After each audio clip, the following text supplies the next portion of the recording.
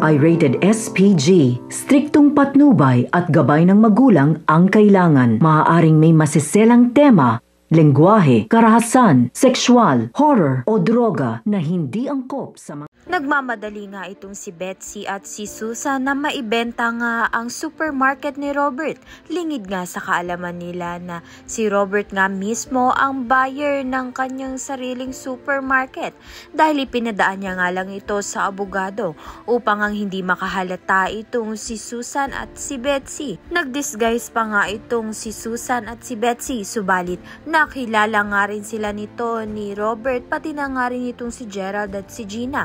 Kaya naman nga't hinuli na nga itong si Betsy at si Susan.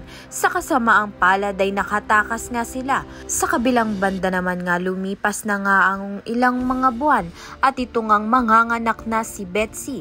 At saktong-sakto naman nga na mahuhuli na rin nga sila nito ni Robert, kasama nga niya itong si Gina.